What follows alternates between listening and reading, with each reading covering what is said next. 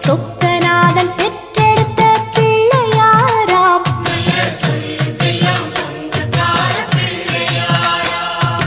கைலாய மலைய விட்டு தெற்கே வந்தாராம்.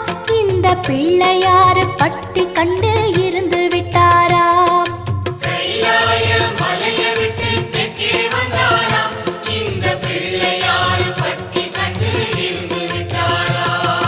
கணபதியார் வந்தாரம்மா, நம்ம உறவாக நின்னாரம்மா. கணபதியார் வந்தாரம்மா, நம்ம உறவாக நின்னாரம்மா. சொக்க